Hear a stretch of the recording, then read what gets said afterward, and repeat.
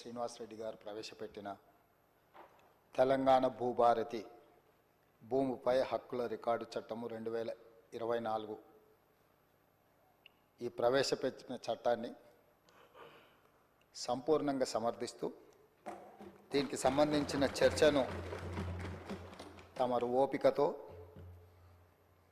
ఇది ప్రజలకు సంబంధించిన సమస్య కాబట్టి కొంతమంది సభ్యులు గతంలో వాళ్ళు ఒక అద్భుతమైన ప్రవేశపెట్టిన ధరణి చట్టాన్ని రీప్లేస్ చేస్తూ ఈ కొత్త చట్టం ప్రవేశపెట్టడం ద్వారా తెలంగాణ రాష్ట్రంలో దాదాపుగా యాజమాన్యపు హక్కులున్న 1,52,00,000 ఎకరాల భూములకు సంబంధించిన వివరాలను భద్రపరచడమే కాకుండా అర్హులైన ప్రతి భూ యజమాని యొక్క హక్కులను కాపాడడానికి ఈ చట్టాన్ని సమర్థవంతంగా ఈ సభలో ప్రవేశపెట్టి ఈ సభలో చర్చ జరగడం ద్వారా 4 కోట్ల తెలంగాణ ప్రజలకు ఈ ప్రభుత్వం ఒక సమర్థవంతమైన ఈ తెలంగాణ రైతాంగానికి పూర్తి స్థాయిలో ఉపయోగపడే చట్టాన్ని తీసుకొచ్చింది అని ఒక భావన కల్పించి, ఒక నమ్మకం, విశ్వాసం కల్పించడానికి మీరు శాయశక్తుల ప్రయత్నం చేశారు. ప్రధాన ప్రతిపక్ష పార్టీ అహంభావంతో, అహంకారంతో సభా మర్యాదలను ఉల్లంఘించి సభాపతి మీదనే దాడి చేస్తామన్న ధోరణిలో చర్చను అడ్డుకోవాలనే ప్రయత్నం చేసింది. సహజంగా మిత్రులు సాంబశివరావు గారు చెప్పినట్టు ఎవరికైనా కుర్చీలో కూర్చుంటే సహనానికి కూడా ఒక హద్దు ఉంటుంది. మీరు సహనం కోల్పోయి వాళ్ళ మీద చర్యలకు ఉపక్రమించే పరిస్థితులు వాళ్ళు కల్పించిన మీరు చాలా ఓపికతో వారు ఎలాంటి ప్రయత్నాలు చేసినా రెచ్చగొట్టడం ద్వారా ఈ చర్చను తప్పుదారి పట్టించాలనే ప్రయత్నం చేసినా మీరు అవకాశం ఏమాత్రం ఇవ్వకుండా వాళ్ళంతటా వాళ్ళే సహనం చచ్చిపోయి సహకరించవలసిన పరిస్థితిని కల్పించి ఈ సభను ముందుకు నడిపించి ఇంత కీలకమైన, ముఖ్యమైన ఈ చట్టాన్ని తెలంగాణ రాష్ట్ర రైతాంగానికి మేలు జరిగే విధంగా ఈరోజు కొనసాగించినందుకు మిమ్మల్ని మనస్ఫూర్తిగా అభినందిస్తూ, ఈ తెలంగాణ సమాజం, ఈ ప్రాంతం ప్రతి సమస్య భూమి చుట్టూతోనే ముడిపడి ఉన్నది. ఆనాడు ప్రధానంగా కమ్యూనిస్టు సోదరులు రావి నారాయణ రెడ్డి గారు కావచ్చు, ఆరుట్ల కమలాదేవి గారు కావచ్చు, మల్లు స్వరాజ్యం గారు కావచ్చు, భీమిరెడ్డి నరసింహారెడ్డి గారు కావచ్చు, ధర్మ భిక్షం కావచ్చు, సరే ఆరుట్ల కమలాదేవి, ఆరుట్ల రామచంద్రారెడ్డి గారు, బద్దం ఎల్లారెడ్డి గారు, మిత్రులు చాలామంది చెప్తా ఉన్నారు, చాకల ఐలమ్మ, ఇట్లా అంటే చరిత్రలో వెనక్కిపోయినా కొద్దిగా వాళ్ళ పోరాటాలన్నీ కూడా వారు ఈ పోరాటంలో అసూలు బాసింది ఈ భూమి కోసమే. ఈ భూమిని ఆత్మగౌరవంగా, ఈ భూమిని హక్కుగా, ఈ భూమి వాళ్ళ జీవించే హక్కు, వాళ్ళకు ఆత్మగౌరవాన్ని తెచ్చిపెట్టేది. దీని మీద కొంతమంది ఆధిపత్యం చెలాయించి అధికారంతో, అహంకారంతో ఆధిపత్యాన్ని నిలబెట్టుకోవాలని రకరకాల దాడులు చేసి వాళ్ళను నియంత్రించి, నిర్బంధించి, వాళ్ళను భౌతికంగా అంతమొందించి అధికారాన్ని నిలబెట్టుకోవాలని చూస్తే ఆనాడు దొడ్డి కొమరయ్య నుంచి దుడ్డుకర్రల సంఘం పెట్టి ఈ భూమిని కాపాడుకునే ప్రయత్నంలో వాళ్ళు విజయం సాధించిండ్రు. వాళ్ళు అమరులు అయిండొచ్చు కాక, కానీ తెలంగాణ సమాజంలో ఉన్న భూమే తమ హక్కు, ఆత్మగౌరవాన్ని భావించి సాయుధ రైతాంగ పోరాటం చేసి భూమి కోసం, భుక్తి కోసం, విముక్తి కోసం ఆనాడు వీరోచితంగా పోరాటం చేసి ఆనాడు చెరబట్టిన రాజుల నుంచి ప్రాంతానికి విముక్తి కలిగించారు. ఆ తర్వాత ఎప్పుడు ఏ ఉద్యమం వచ్చినా అది కమ్యూనిస్టు ఉద్యమాలు కావచ్చు, నక్సల్బరీ ఉద్యమాలు కావచ్చు, దళిత గిరిజన సంఘాలు, తుడుం దెబ్బలు, ఆదివాసీ సంఘాలు కావచ్చు, వీళ్ళందరి పోరాటాలు భూమి చుట్టూతోనే పరిభ్రమించినాయి. ఈ భూమి కోసమే వాళ్ళు సర్వం ఒడ్డి ఈ భూమిని రక్షించుకునే పనిలో పోరాటాలు చేసిండ్రు. పటేల్ పట్వారి వ్యవస్థ రద్దుకు కూడా కారణం పేద ప్రజల భూముల మీద కొద్దిమంది ఆధిపత్యం చెలాయించాలని చూడడంతో పటేల్ పట్వారి వ్యవస్థను రద్దు చేయడం జరిగింది అధ్యక్ష. అట్లాంటిది ఆర్ఓఆర్ యాక్ట్ కావచ్చు, రకరకాలుగా ఏ భూ యజమాని అయితే ఉన్నాడో ఆ యజమానుల యొక్క హక్కులను కాపాడడానికి సమయం సందర్భం వచ్చినప్పుడల్లా మనం చట్టాలు చేసుకున్నాం. ఆ చట్టాల ద్వారా వాళ్ళ హక్కులను కాపాడుతూ వచ్చినాం. పివి నరసింహారావు గారు, శ్రీమతి ఇందిరాగాంధీ గారు ఉన్నప్పుడు అగ్రికల్చర్ సీలింగ్ యాక్ట్ తీసుకొచ్చి జాగీర్దారుల దగ్గర, జమీందారుల దగ్గర, భూస్వాముల దగ్గర వేలాది ఎకరాలు మూలుగుతుంటే లక్షలాది ఎకరాలను వాళ్ళ దగ్గర నుంచి ప్రభుత్వం సేకరించి భూమి లేని నిరుపేదలకు, ముఖ్యంగా దళితులకు, గిరిజనులకు, ఆదివాసీలకు, బలహీన వర్గాలకు ఈ భూ పంపకాలు, అసైన్మెంట్ పట్టాలు ఇవ్వడం ద్వారా వాళ్ళ ఆత్మగౌరవాన్ని నిలబెట్టి ఆ భూమి మీద వాళ్ళకు జీవించే హక్కును ఆనాటి ప్రభుత్వాలు, శ్రీమతి ఇందిరాగాంధీ గారు వారికి ఇచ్చారు. దీనికి కారణం, ప్రేరేపితం ఆనాడు భూముల కోసం కమ్యూనిస్టులు చేసిన పోరాటాలని ఈరోజు మనం చెప్పుకోక తప్పదు. ఈ పోరాటాల వల్ల వాళ్ళు లేవనెత్తిన సమస్యలను అక్కడి నుంచి కోనేరు రంగారావు కమిషన్ వరకు కావచ్చుగా, లేదా డాక్టర్ వైఎస్ రాజశేఖర రెడ్డి గారు ముఖ్యమంత్రి ఉన్నప్పుడు నక్సలైట్లతో జరిపిన చర్చల్లో భాగంగా కూడా ఈ భూములకు సంబంధించిన ప్రధానమైన సమస్యలనే లేవనెత్తడం జరిగింది. వీటన్నిటిని దృష్టిలో పెట్టుకొని గత ప్రభుత్వాలు వీలైనంత మేరకు ప్రజలకు మేలు జరిగే విధంగా చట్టాలను సవరించిన. ఇంతకుముందు అక్బరుద్దీన్ ఓవైసీ గారు చెప్పినట్టు ఆనాడు యూపీఏ ప్రభుత్వంలో భూభారతి నిజామాబాద్ పైలట్ ప్రాజెక్ట్ కింద కేంద్ర ప్రభుత్వం మన్మోహన్ సింగ్ గారు, సోనియా గాంధీ గారు రికార్డ్స్ డిజిటలైజేషన్ చేయడం కానీ, భద్రపరచడం కానీ, తప్పులు జరగకుండా సరిదిద్దడం కానీ, వీటన్నిటి కార్యక్రమాలను ఎప్పుడు తీసుకున్నా నిజమైన భూ యజమాని యొక్క హక్కులను కాపాడాలి. లేకపోతే విద్య రాని పేదవాళ్ళ భూములను ఎవరైనా అన్యాక్రాంతంగా అక్రమంగా ఆక్రమించుకుంటే కూడా వాటిని, ఆ ఆక్రమణను తొలగించడం ద్వారా వాళ్ళ హక్కులను కాపాడడానికి అన్ని రకాల చట్టాలను తీసుకొచ్చాం. తెలంగాణ రాష్ట్రం వచ్చిన తర్వాత మాజీ ముఖ్యమంత్రి చంద్రశేఖరరావు గారు తెలంగాణ రెవెన్యూ రికార్డ్స్ కానీ, గత పాలకులు పాటించిన విధానాలు కానీ, చేసిన చట్టాలు లోపభూయిష్టంగా ఉన్నాయి. ఇవి ఏమాత్రం ప్రయోజనకరంగా లేవు. ఈ చట్టాలను అన్నిటిని మార్చాలి. దానికోసం నా మెదడునంతా రంగరించి 80,000 పుస్తకాలు చదివి ఒక అద్భుతమైన సాంకేతిక నైపుణ్యాన్ని ఆవిష్కరిస్తున్న, దాని పేరే ధరణి అని చెప్పి చంద్రశేఖరరావు గారు మనకి ఇదే సభలో చెప్పిండ్రు, వివిధ వేదికల మీద కూడా చెప్పిండ్రు అధ్యక్ష.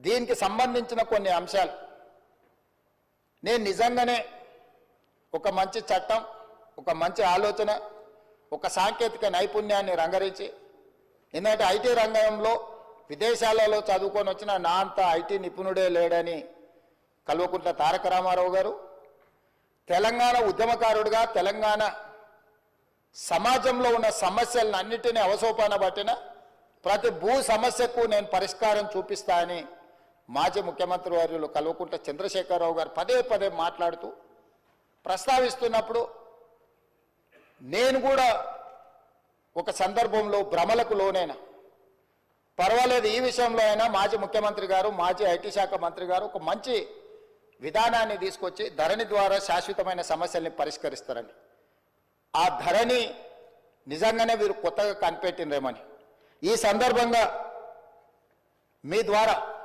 శాసనసభ రికార్డులకే కాకుండా తెలంగాణ సమాజానికి కొంత సమాచారాన్ని విశ్లేషణ ద్వారా నేను చెప్పాలనుకుంటున్నా అధ్యక్ష. ఈ ధరణి అనే ఏదైతే వెబ్సైట్ కావచ్చు, లేకపోతే వారు చెప్తున్న ఈ సాంకేతిక అద్భుతము చంద్రశేఖరరావు గారు సొంతంగా కనిపెట్టిందో, లేకపోతే చంద్రశేఖరరావు గారు సొంతంగా మన రాష్ట్రానికి అందించిన గొప్ప వరప్రదాయిని ఏం కాదు అధ్యక్ష. 2010 సంవత్సరంలోనే ఒరిస్సా రాష్ట్రం, మన పక్కనున్న రాష్ట్రం, ఈ ధరణి పేరు మీద ఈరోజు తెలంగాణ రాష్ట్రంలో ఏదైతే ఈ ధరణి ఈ మాడ్యూల్ని ఇంట్రడ్యూస్ చేసినో IL&FS సంస్థకు 2010 సంవత్సరంలోనే అక్కడ రిజిస్ట్రేషన్లు చేయడానికి, అక్కడ భూ రికార్డులను పరిశీలించడానికి ఒరిస్సా ప్రభుత్వము నామినేషన్ బేసిస్ మీద వాళ్ళకి టెండర్ ఇచ్చింది అధ్యక్ష.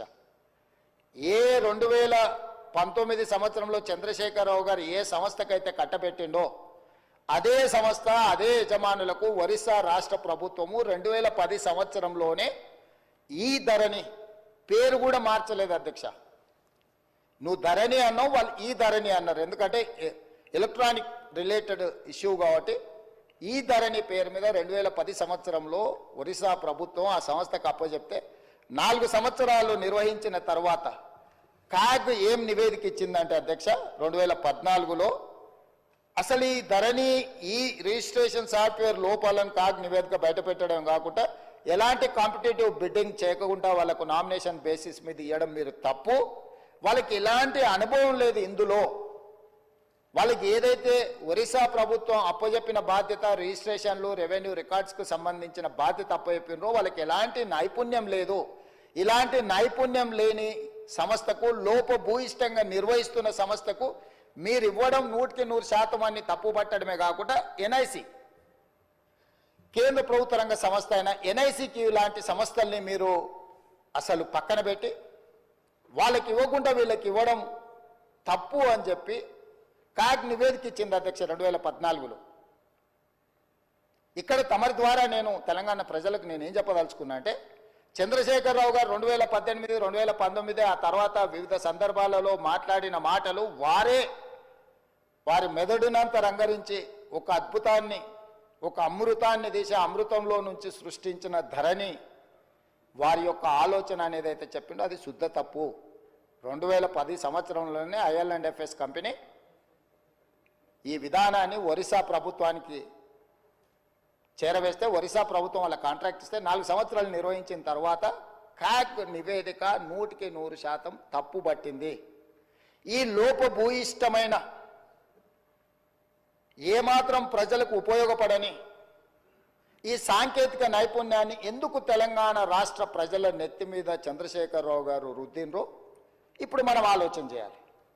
అంటే ఒక రాష్ట్రము 4 సంవత్సరాలు ఈ ప్రయోగం చేసి, ప్రయోగం ద్వారా సత్ఫలితాలు సాధించకపోను, దీనివల్ల ప్రయోజనం లేదని కేంద్ర ప్రభుత్వ రంగ సంస్థ అయిన కాగ్, కాంప్ట్రోలర్ ఆడిటర్ జనరల్ తప్పు పట్టిన తర్వాత కూడా చంద్రశేఖరరావు గారు దీన్ని ఎందుకు తెలంగాణ ప్రజల నెత్తి మీద రుద్దిండో తెలంగాణ ప్రజలకు చెప్పవలసిన బాధ్యత ఈ రాష్ట్ర ముఖ్యమంత్రిగా నా మీద ఉన్నది అధ్యక్ష.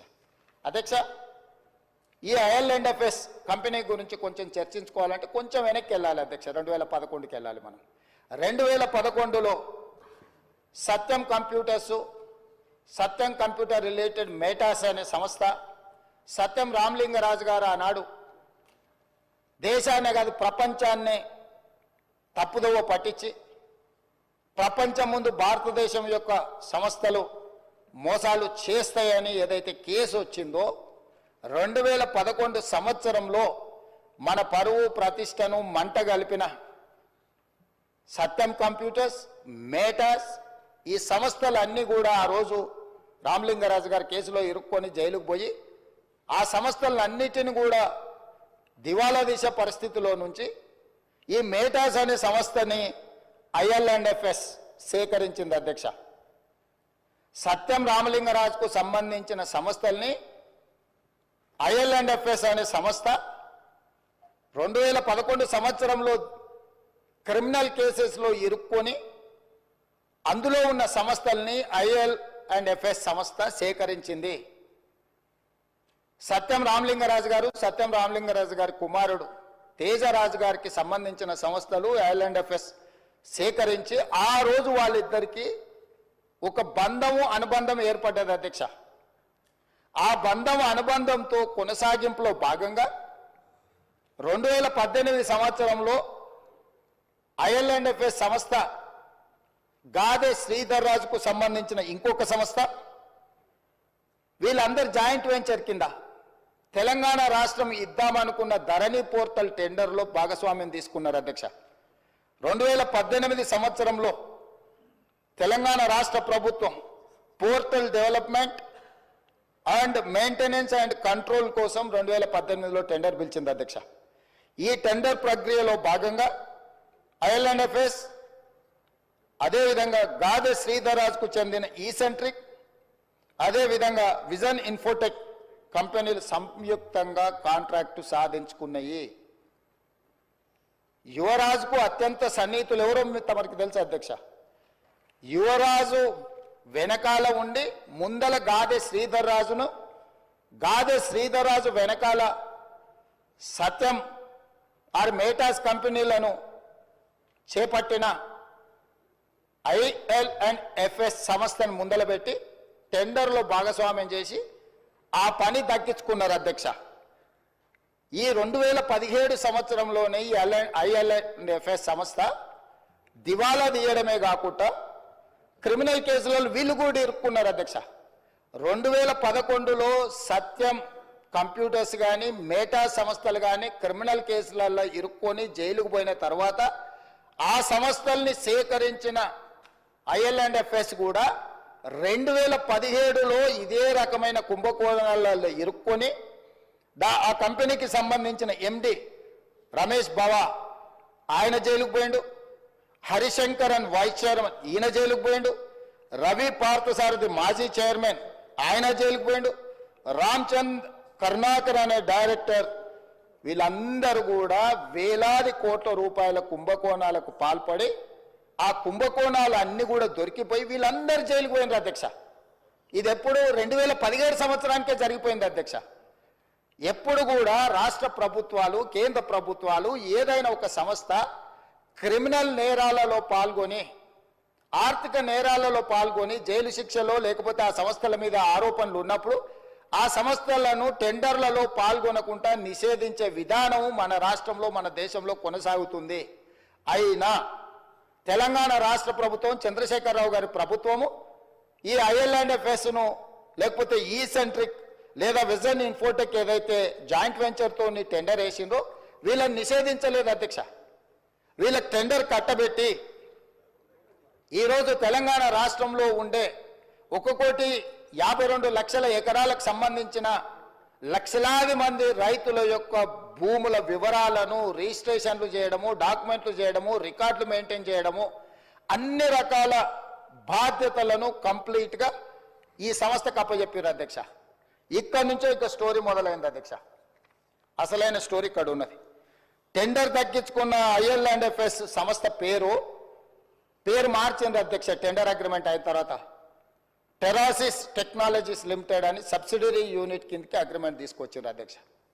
టెండర్ పాల్గొన్నప్పుడు ఒక పేరు మీద ఉండి టెండర్లో వాళ్ళ కాంట్రాక్ట్ వచ్చిన తర్వాత దాని పేరు మార్చింది అధ్యక్ష. ఒకవేళ పేరు మార్చిన మనుషులకు కూడా చట్టంలో ప్రొవిజన్ ఉంది అధ్యక్ష పేర్లు మార్చుకోవడానికి. ఒకవేళ మన పేరు నచ్చకపోతే కూడా ఒక గెజెట్ నోటిఫికేషన్ నుంచి ఒక విధానంలో ఉంది. కంపెనీస్ యాక్ట్లో కూడా ఒకవేళ సేమ్ కంపెనీ ఒకవేళ పేరు మార్చుకున్నా తప్పలేదు అధ్యక్ష, పేరు మార్చుకోవచ్చు. ఇక్కడ పేరు మార్చుకున్నది అధ్యక్ష. పేరు మార్చుకున్నాకనే తతంగం మొదలైంది అధ్యక్ష. ఈ టెరాసిస్ టెక్నాలజీస్ లిమిటెడ్ అనే ఐఎల్ఎండ్ఎఫ్ఎస్ సబ్సిడరీ యూనిట్ పేరు మారిన తర్వాత ఇందులోకి ఫాల్కన్ ఎస్జీ అనే ఒక ఫిలిపిన్ కంపెనీ దీంట్లో 52% ఒకసారి 28/10/2021 99% ఇందులో షేర్స్ మొత్తం ఈ కంపెనీ కొనేసింది అధ్యక్ష. ఫాల్కన్ ఎస్జీ అనే ఫిలిపిన్ కంపెనీ. ఈ కంపెనీ కొన్న తర్వాత ఇది ఇక్కడ ఆగింది అధ్యక్ష, ఆగలే. ఈ ఫాల్కన్ ఎస్జీ కంపెనీ నుంచి ఫాల్కన్ ఇన్వెస్ట్మెంట్స్ అనే కంపెనీ, సింగపూర్ కంపెనీ ఇందులోకి వచ్చింది అధ్యక్ష. ఈ కంపెనీ అంటే ఏదైతే ఫాల్కన్ ఎస్జీ పేరు మీద 99% ఉందో ఆ 99% షేర్ని ఫాల్కన్ ఇన్వెస్ట్మెంట్ అనే సింగపూర్ కంపెనీ దీంట్లోకి వచ్చింది అధ్యక్ష. 1% మిగిలిపోయింది కదా అధ్యక్ష. ఆ 1% గాదె శ్రీధర్రాజు ఎవరైతే ఉన్నారో ఆ 1% అతను కొన్నాడు అధ్యక్ష.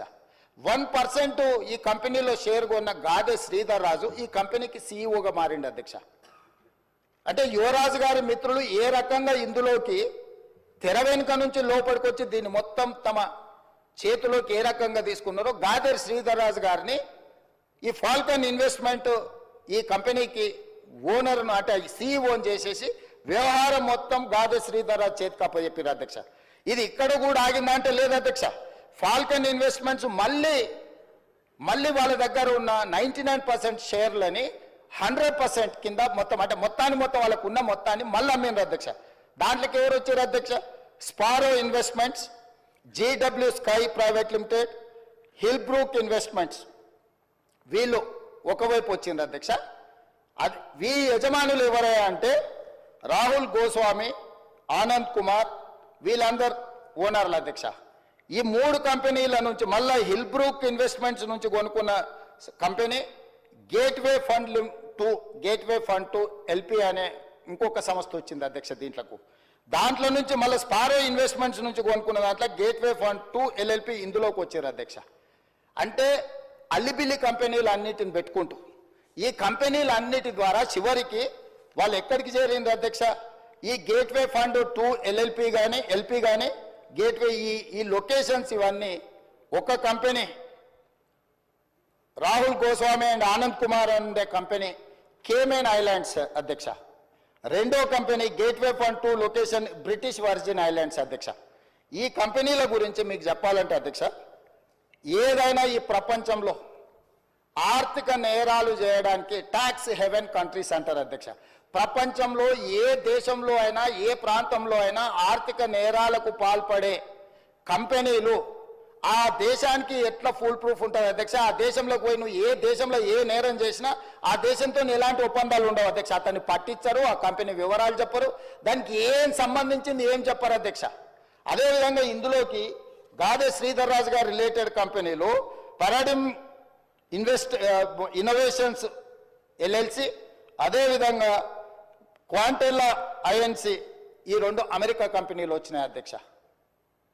సో ఎక్కడైతే టెర్రాసిస్ టెక్నాలజీస్ లిమిటెడ్లో బయలుదేరిన మన స్టేట్ అగ్రిమెంటు ఫిలిపిన్ దేశానికి పోయింది, ఫిలిపిన్ దేశాన్ని నుంచి సింగపూర్ దేశానికి పోయింది, సింగపూర్ దేశాన్ని నుంచి మళ్ళీ కేమెన్ ఐలాండ్స్కి పోయింది, తర్వాత వర్జిన్ ఐలాండ్స్కి పోయింది, తర్వాత అమెరికా దేశంలో ఉండే 2 కంపెనీలు. చివరికి ఈ కంపెనీలు ఈ సంస్థలను నిర్వహించే వాళ్ళు ఈ కేమెన్ ఐలాండ్స్లో వర్జిన్ ఐలాండ్స్లో తేలింది అధ్యక్ష. ఈ 2 దేశాలు ఎట్లాంటివంటే ప్రపంచంలో ఏ ఆర్థిక నేరం జరిగినా ఆ ఆర్థిక మూలాలు పనామా లీక్స్ కానీ లేకపోతే మీరు ఈ ప్రపంచంలో జరిగిన ఏ పెద్ద ఆర్థిక నేరాన్ని ఎత్తికినా ఆ సంబంధించిన కంపెనీలు ఈ 2 దేశాలలో ఉంటాయి అధ్యక్ష.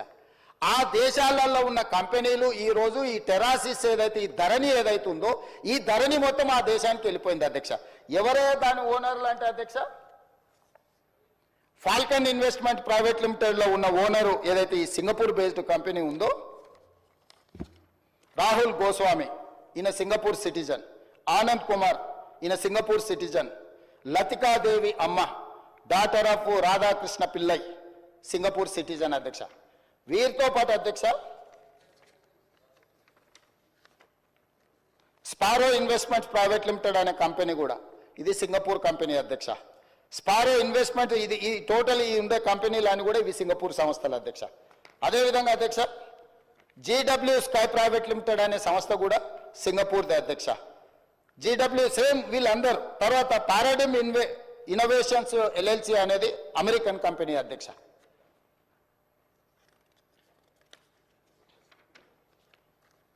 అదేవిధంగా హిల్ బ్రూక్ ఇన్వెస్ట్మెంట్స్ లిమిటెడ్ అనే కంపెనీ పేరు చెప్పిన కదా అధ్యక్ష, వర్జిన్ ఐలాండ్స్ బ్రిటిష్ అధ్యక్ష. అదేవిధంగా క్వాంటెల్లా ఐఎన్సి అని చెప్పిన కదా అధ్యక్ష, ఇది అమెరికా కంపెనీ అధ్యక్ష. అదేవిధంగా గేట్వే పార్ట్నర్స్ అని చెప్పిన కదా అధ్యక్ష, గేట్వే పార్ట్నర్స్ 2 లిమిటెడ్ అనేది ఉంది కదా అధ్యక్ష, కేమెన్ ఐలాండ్స్ అధ్యక్ష. అంటే ఈ మొత్తం కంపెనీలు ఈ రోజు నిర్వహిస్తున్న గాదె శ్రీధర్ రాజుతో సహా వీళ్ళెవ్వరూ ఈ దేశ పౌరులు కాదు అధ్యక్ష. ఈ రాష్ట్ర పౌరులే కాదు, ఈ దేశంలో పక్క రాష్ట్ర పౌరులైనా పర్వాలేదు అధ్యక్ష.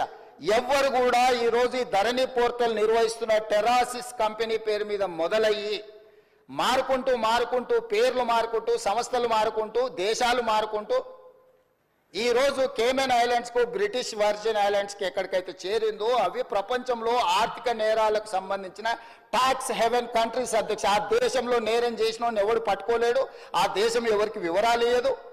ఈ రోజు మన ధరణి పోర్టల్ అనేది ఆ దేశానికి ఆర్థిక నేరాలకు పాల్పడే దేశంలో ఉన్న సంస్థ చేతిలోకి మన తెలంగాణ రాష్ట్ర రైతాంగం యొక్క సంపూర్ణమైన వివరాలు ఈరోజు అక్కడికి వెళ్ళిపోయినాయి అధ్యక్ష.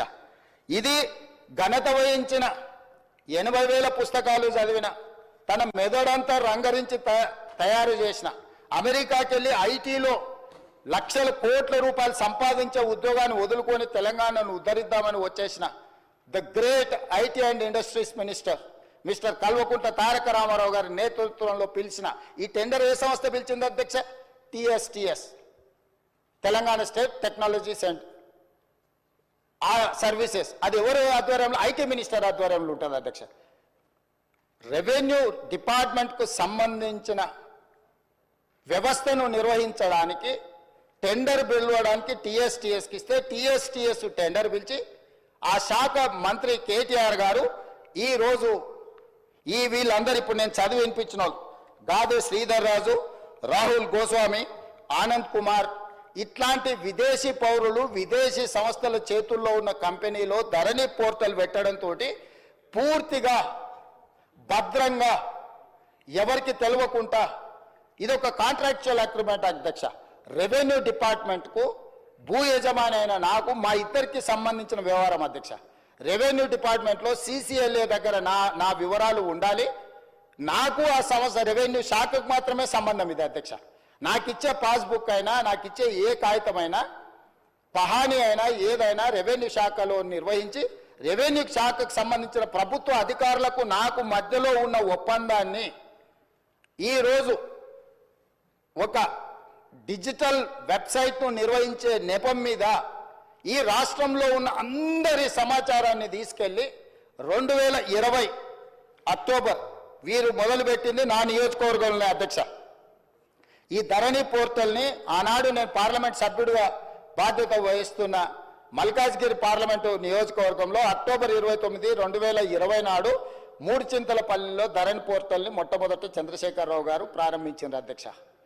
ఆ రోజు నుంచి ఈ రోజు వరకు ఈ ధరణికి సంబంధించిన వివరాలను ధరణి పోర్టల్ నిర్వహణ, మన భూములు, మన లావాదేవీలు, మన భూములకు సంబంధించిన సంపూర్ణ సమాచారము ఈరోజు ట్యాక్స్ హెవెన్ కంట్రీస్లో ఉన్న వ్యక్తులు ఈ దేశ పౌరులుగాని వాళ్ళ చేతుల గాదే శ్రీధర్ రాజు చేతిలో, రాహుల్ గోస్వామి చేతిలో, ఆనంద్ కుమార్ చేతిలో, లకితా దేవమ్మ చేతిలోకి వెళ్ళిపోయింది అధ్యక్ష. అధ్యక్ష నేను మిమ్మల్ని అడుగుతున్నా అధ్యక్ష, రెవెన్యూ శాఖకు నాకు సంబంధించిన సమాచారం మా ఇద్దరి మధ్యలోనే ఉండాల్సిన సమాచారము ఈ సమాచారం అంతా తీసుకెళ్లి ఇతర దేశాలలో ఆర్థిక నేరాలలో ఇరుక్కపోయిన కంపెనీలు IL&FS కానీ లేకపోతే సత్యంతో ఉన్న రిలేషన్ కానీ ఆ కంపెనీలో ఉన్న MDలు, వైస్ చైర్మన్లు లేకపోతే డైరెక్టర్లు అందరూ 2017లోనే ఆర్థిక నేరాలకు పాల్పడి వేల కోట్ల రూపాయల కుంభకోణాలలో పాల్పడి జైళ్లలో ఉన్న సంస్థకు చంద్రశేఖరరావు గారు అప్పచెప్పి ఈ తెలంగాణ రైతాంగ సంపూర్ణ సమాచారాన్ని దేశాలు దాటిచ్చింది అధ్యక్ష. ఇవాళ డేటా మీకు తెలుసు కదా అధ్యక్ష ఎంత విలువైందో. ఒక రిజిస్ట్రేషన్ చేయాలంటే అధ్యక్ష నా ఆధార్ కార్డు నెంబర్ ఇవ్వాలి, నా బ్యాంకు ఖాతా ఇవ్వాలి, నా టెలిఫోన్ నెంబర్ ఇవ్వాలి. ఇవాళ ఇవన్నీ కూడా ఎన్క్రిప్షన్ అంటే ఒక సీక్రెట్ కోడ్లో ఉండాలి. ఒకవేళ ఆ వెబ్సైట్ నిర్వహించే వాళ్ళు చూడాలనుకున్నా కూడా కనిపించకూడదు అధ్యక్ష. కానీ క్లియర్గా వాళ్ళ దగ్గర డేటా కనిపిస్తుంది అధ్యక్ష. ఈ రోజు ఈ నిర్వహణలో ఈ రాష్ట్రంలో 2020 నుంచి ఇప్పటి వరకు జరిగిన ప్రతి ట్రాన్సాక్షన్కు సంబంధించిన ఆధార్ కార్డు, బ్యాంకు ఖాతా నెంబర్, టెలిఫోన్ నెంబర్ అన్ని వివరాలు ఈ రోజు పూర్తిగా క్రిస్టల్ క్లియర్గా వాళ్ళ చేతులకు వెళ్ళిపోయి ఇతర దేశాలు, దేశ సరిహద్దులు దాటిపోయి ఇతర దేశాలు ఆర్థిక నేరాలకు పాల్పడుతున్న దేశాలకు మన రాష్ట్రంలో ఉన్న సంపూర్ణమైన రెవెన్యూ సమాచారం అని తెలిపోయింది అధ్యక్ష. ఇది ఎంత తీవ్రమైన నేరం అంటే ఈ నేరానికి శిక్ష అనేది ఏ స్థాయిలో విధించాలనో చట్టాలన్నిటిని కూడా చదవాల్సిన పరిస్థితి ఈరోజు ఈ రాష్ట్రంలో చంద్రశేఖరరావు గారు కల్పించారు అధ్యక్ష. అధ్యక్ష ఈరోజు ఇంత నమ్మకంగా ఒక ప్రభుత్వం మీద నమ్మకం ఉండి ప్రజలు తమ సంపూర్ణమైన సమాచారాన్ని ప్రభుత్వం దగ్గర పెడితే ఆ ప్రభుత్వంలో ఉన్న పెద్దలు ఆ నమ్మకాన్ని వమ్ము చేసి తెలంగాణ ప్రజలకు ద్రోహం చేసి మోసం చేసి సంపూర్ణ సమాచారాన్ని క్రిమినల్స్ చేతుల క్రిమినల్ కేసెస్ ఎదుర్కొంటున్న కంపెనీల చేతులకి సంపూర్ణంగా సమాచారాన్ని బదిలీ చేసిందంటే దీని మీద ఏ రకమైన విచారణ చేయాలనో తెలంగాణ సమాజం ఆలోచించాలి, ప్రతిపక్షాలు అందరూ కూడా ఆలోచించాలి. అధ్యక్ష ఈ కంపెనీలు అన్నిటిని కూడా ఏ ఒక్క కంపెనీ కూడా ఈ దేశంది కాదు అధ్యక్ష. ఇవాళ ఈ సాంకేతిక నైపుణ్యం ధరణియో లేకపోతే ఐలాండ్ అఫేర్స్ కాదు అధ్యక్ష. ఎప్పుడో తెలంగాణ రాష్ట్రంలో ఉమ్మడి రాష్ట్రంలో ఈ దేశంలోనే ఎన్ఐసి వెబ్ ల్యాండ్ అనే ఒక వెబ్సైట్లో సంపూర్ణమైన ఇట్లాంటి డిజిటల్ వ్యవస్థ కేంద్ర ప్రభుత్వం పరిధిలో ఉన్న ఎన్ఐసి దగ్గర సంపూర్ణంగా ఉంది అధ్యక్ష. ఇవాళ గుడ్ గవర్నెన్స్ మన దగ్గర ఉంది అధ్యక్ష. మనం లక్షలాది రాష్ట్రాల దేశాల పరీక్షలు మనం నిర్వహిస్తున్నాం అధ్యక్ష. మరి చెన్నారెడ్డి మానవ వనరుల విభాగంలో అద్భుతమైన సాంకేతిక నైపుణ్యం ఉన్న వ్యవస్థ మొత్తం మన ప్రభుత్వంలో ఉంది అధ్యక్ష. మనమే ఇతర దేశాలకు ఆదర్శంగా ఉండేటట్టు, ఇతర రాష్ట్రాలకు ఆదర్శంగా ఉండేటట్టు మనం తీసుకున్న నిర్ణయాలను ఈరోజు పక్కదో పట్టించి కేంద్ర ప్రభుత్వ రంగ సంస్థ అయిన ఎన్ఐసికి కూడా ఇవ్వకుండా గాదే శ్రీధర్ రాజుకు ఈరోజు అప్పచెప్పడం ద్వారా మన సంపూర్ణమైన సమాచారాన్ని ఇతర దేశాలకు పంపించారు అధ్యక్ష. అందుకే నేను అడుగుతున్నా అధ్యక్ష, టెరాసిస్తో మొదలైన ఈ లావాదేవీ టెండర్లో సక్సెస్ అయిన IL&FS సంస్థ నుంచి ఫాల్కన్ ఎడ్జీ సింగపూర్ కంపెనీకి ఎట్లా పోయింది, ఫిలిపిన్ కంపెనీకి ఎట్లా పోయింది, అక్కడ నుంచి ఫాల్కన్ ఇన్వెస్ట్మెంట్స్కి ఎట్లా పోయింది, అక్కడ నుంచి స్పారో ఇన్వెస్ట్మెంట్స్కి ఎట్లా పోయింది, అక్కడ నుంచి JW స్కై ప్రైవేట్ లిమిటెడ్కి ఎట్లా పోయింది, అక్కడ నుంచి గేట్వే ఫండ్ 2 LPకి ఎట్లా పోయింది, అదేవిధంగా హిల్బ్రూక్ ఇన్వెస్ట్మెంట్ సంస్థకి ఎట్లా పోయింది, అదేవిధంగా పారాడిమ్ ఇన్నోవేషన్స్ LLCకి ఎట్లా పోయింది, అదేవిధంగా క్వాంటెల్ INCకి ఎట్లా పోయింది. ఇవన్నీ సంస్థలు టాక్స్ 7 కంట్రీస్ అయిన ఈరోజు కేమెన్ ఐలాండ్స్ కానీ లేకపోతే బ్రిటిష్ ఐలాండ్స్ కానీ ఈ సమాచారం చేరిన తర్వాత ఇంకా అద్భుతమైన ఎన్నికల ముందు చంద్రశేఖరరావు గారు వాదించడమే కాకుండా మేము దీన్ని మార్పు తీసుకొస్తాము అని చెప్తే మమ్మల్ని అందరినీ కూడా బంగాళాఖాతంలో వేయమని వారు తిట్టిండ్రు అధ్యక్ష. అసలు వారు ఒంటి కాళ్ళ మీద ఎగురుతున్నప్పుడు నేను ఆశ్చర్యపోయినా.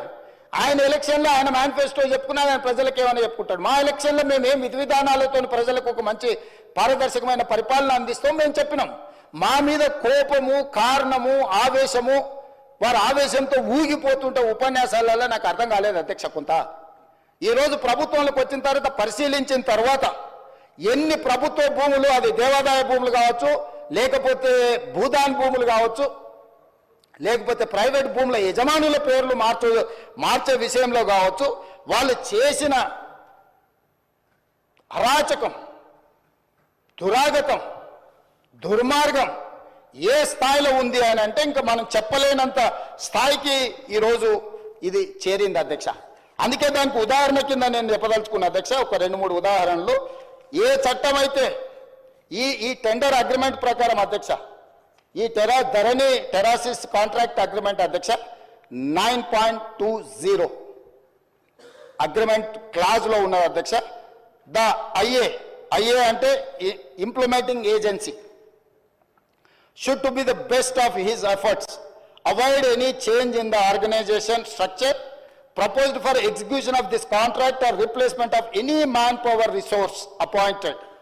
If the same is however unavoidable, IA shall promptly inform the purchaser in writing and the same shall require subsequent approval by the purchaser. ఇందులో ఇలాంటి మార్పులు చేర్పులు చేయాలన్నా, యజమానులు మారాలన్నా, పనిచేసే స్థలం మారాలన్నా ప్రభుత్వం ముందస్తు అనుమతి తీసుకోవాలని స్పష్టంగా ఈ అగ్రిమెంట్లో ఉంది. 9.20లో ఎలాంటి ప్రభుత్వ అనుమతి లేకుండా ఈ రకంగా టాక్స్ 7 కంట్రీస్లో ఉండే సంస్థల్ని ఇతర దేశాలకు సంబంధించిన కంపెనీల చేతికి మన సమాచారం వెళ్ళింది అధ్యక్ష. అదేవిధంగా అధ్యక్ష 9.20.4 sub క్లాజ్లో all manpower resources deployed by the IA అంటే implementing agency అధ్యక్ష for execution of this contract must strictly adhere to the attendance reporting procedures and make their services available as agreed upon for the entire reporting time period at the purchaser's office location. Purchaser అంటే ఇక్కడ revenue department అధ్యక్ష, CCLA. IA అంటే ఈరోజు Falcon investments ఏదైతే ఉన్నదో లేకపోతే టెరాసిస్ ఉన్నదో implementing agency అదే అధ్యక్ష. ఇంప్లిమెంటింగ్ ఏజెన్సీ తరఫున గాదె శ్రీధర్ రాజు రిప్రజెంట్ చేస్తాడు, పర్చేజర్ కింద సిసిఎల్ఏ కమిషనరు యాక్ట్ చేస్తాడు అధ్యక్ష. వీళ్ళు ఎవరినైనా ఇందులోకి తేవాలన్నా పర్చేజర్ దగ్గర అనుమతి తీసుకోవాలి ఫస్ట్ పాయింట్. వీళ్ళు ఏ పని చేసినా ఈ సాఫ్ట్వేర్లో కూర్చొని మనం జరుగుతున్న ట్రాన్సాక్షన్స్, మనం జరుగుతున్న రిజిస్ట్రేషన్లు, మనం మెయింటైన్ చేస్తున్న రెవెన్యూ రికార్డ్స్ అన్ని కూడా పర్చేజర్ లొకేషన్లో అంటే ప్రభుత్వ ఆఫీసులో ఉండి పని చేయాలి అధ్యక్ష ఈ అగ్రిమెంట్ ప్రకారం. కానీ అదే కాకుండా అధ్యక్ష 9.20.6 the IA shall provide and deploy at the purchaser's office location for carrying out the work. ఈ రెండు సెక్షన్ల ప్రకారము వాళ్ళు చేస్తున్న పని ఈ టెరాసిస్ అనే సంస్థ రెవెన్యూ శాఖకు సంబంధించిన సిసిఎల్ఏ ఆఫీస్లో కూర్చొని పనిచేయాలి అధ్యక్ష. కానీ ఈరోజు అధ్యక్ష అధికారుల నుంచి నాకు అందుతున్న సమాచారం తెలంగాణ రాష్ట్రంలో ప్రభుత్వ కార్యాలయంలో లేదు, బయట ఉన్నది. పక్క రాష్ట్రం నిర్వహించారు, ఢిల్లీని గుర్గావ్ నుంచి నిర్వహించారు, ఈశాన్య రాష్ట్రాల నుంచి నిర్వహించారు. ఇన్ని ప్రాంతాల నుంచి ఈ రోజు భద్రంగా ఉండాల్సిన నా యొక్క సంపూర్ణమైన సమాచారము నాకు ఈ తెలంగాణ ప్రభుత్వం మీద ఉన్న నమ్మకంతో నా భూములకు సంబంధించిన పూర్తి వివరాలను ప్రభుత్వం దగ్గర పెడితే ఆ ప్రభుత్వము ఆనాటి ముఖ్యమంత్రి సంపూర్ణ సమాచారాన్ని ప్రైవేట్ కంపెనీలకు, ప్రైవేటు వ్యక్తులకు, ఈ రాష్ట్రంలో కానోళ్లను, ఈ దేశంలో కానోళ్లను, ఈ దేశంలో లేని కంపెనీలకు, ఈ దేశ పౌరులు కానోళ్లకు అప్పచెప్పి ఈ రోజు ఈ రాష్ట్ర ప్రజల యొక్క నమ్మకాన్ని, విశ్వాసాన్ని కూనీ చేయడమే కాకుండా ఆర్థిక నేరాలకు పాల్పడ్డాడు అధ్యక్ష. దానికోసం ఎంత కఠినంగా వీళ్ళ పట్ల ప్రభుత్వాలు వ్యవహరించాల్సిన అవసరం ఉన్నది అధ్యక్ష. ఇంత విలువైన సమాచారం, ఇంత వివరాలను తీసుకెళ్లి ఇతర దేశాలకు సమాచారాన్ని చేరవేస్తూ ఇవాళ మనం దీన్ని ఎట్లయినా సవరించుకొని దీన్ని ఎట్లయినా బాగు చేసుకోవాలని మా సమాచారాన్ని బయట ఎవరికైనా ఇస్తే కేంద్ర ప్రభుత్వం సవరించిన యాక్ట్ ప్రకారం, డేటా ప్రొటెక్షన్ యాక్ట్ ప్రకారం అధ్యక్ష 2023 దేశ పౌరుల వ్యక్తిగత ఇతర సమాచారం ఏదైనా ఆ వ్యక్తి యొక్క అనుమతి లేకుండా సేకరించడం నేరం, చట్ట విరుద్ధం. అలా సేకరించిన డేటాను చట్టబద్ధంగా ఆ చట్టంలో చెప్పిన వ్యక్తి ప్రకారమే వినియోగించాలి. ప్రభుత్వానికి ప్రజల మధ్య ఉండాల్సిన విశ్వసనీయత లేకుండా నిబంధనలను ఉల్లంఘించారు. Violation of fiduciary relationship between government and citizen. కేంద్ర ప్రభుత్వము వ్యక్తుల సమాచారాన్ని గోప్యంగా ఉంచాలి. వ్యక్తుల సమాచారాన్ని ప్రభుత్వం ఏదైనా పథకం కోసం కానీ ఏదైనా అంశంలో సేకరించినప్పుడు ఆ వ్యక్తి అనుమతి లేకుండా, ఆ వ్యక్తికి తెలవకుండా ఎవరికి ఇవ్వకూడదని మన చట్టాలు చెప్తున్నాయి అధ్యక్ష. మరి ఈరోజు లక్షలాది మంది, కోట్లాది మంది చేసుకున్న రిజిస్ట్రేషన్లు, డాక్యుమెంట్లు, ఆధార్ కార్డు, బ్యాంకు ఖాతాలు, టెలిఫోన్ నెంబర్లు టోటల్గా చంద్రశేఖరరావు గారు, అదేవిధంగా కల్వకుంట్ల తారక రామారావు గారు, వాళ్ళ అనుంగు సహచరులైన గాదె శ్రీధర్ రాజు చేతి ద్వారా రాహుల్ గోస్వామి నుంచి మొదలు పెడితే ఈ రకరకాల వ్యక్తుల చేతులకు ఇతర దేశాలకి సమాచారాన్ని అంత పంపించారు అధ్యక్ష. ఎందుకు ఈరోజు సంవత్సరం మొత్తం సాంకేతిక నిపుణులతో, రాజకీయ పార్టీలతో, రైతు కూలీ సంఘాలతో ప్రతి ఒక్కరితో ఎందుకు చర్చించినాం అధ్యక్ష? ఇంత తీవ్రమైన నేరం జరగడానికి అవకాశం కలిగించిన ధరణి, చంద్రశేఖరరావు, తారక రామారావు గారి విషయంలో ప్రభుత్వం స్పష్టమైన విధానంతో ముందుకు వెళ్ళాలని మా రెవెన్యూ శాఖ మంత్రి గారు కొన్ని వందల మీటింగులు పెట్టింది అధ్యక్ష. ఇది ఆషామాషిగా ఈ చట్టం ఈరోజు సభ ముందుకు రాలేదు అధ్యక్ష. ఈ చట్టం ఈరోజు ఈ సభ ముందుకు వచ్చిందంటే ఎన్నో నిద్రలేని రాత్రులు, కొన్ని వందల గంటలు ఈ అధికారులు, వీళ్ళు, మేమందరం, నా పాత్ర పరిమితమే. వాళ్ళు చేస్తున్న పనిని ప్రోత్సహించడం ముఖ్యమంత్రిగా నేను చేసిన పని. కానీ ఇక్కడ కూర్చున్న అధికారులు కానీ, కమిటీ కానీ, రిటైర్డ్ ఆఫీసర్స్ కానీ, రిలేటెడ్ కన్సర్న్ మినిస్టర్ కానీ వాళ్ళు కొన్ని వందల గంటలు, రోజుల కొద్దీ దీని మీద చర్చించి దీన్ని క్షుణ్ణంగా పరిశీలించి ఈ భూభారతి 2024 చట్టాన్ని సభలోకి తీసుకొచ్చినాం అధ్యక్ష. ఈ సభలోకి తెచ్చి దీని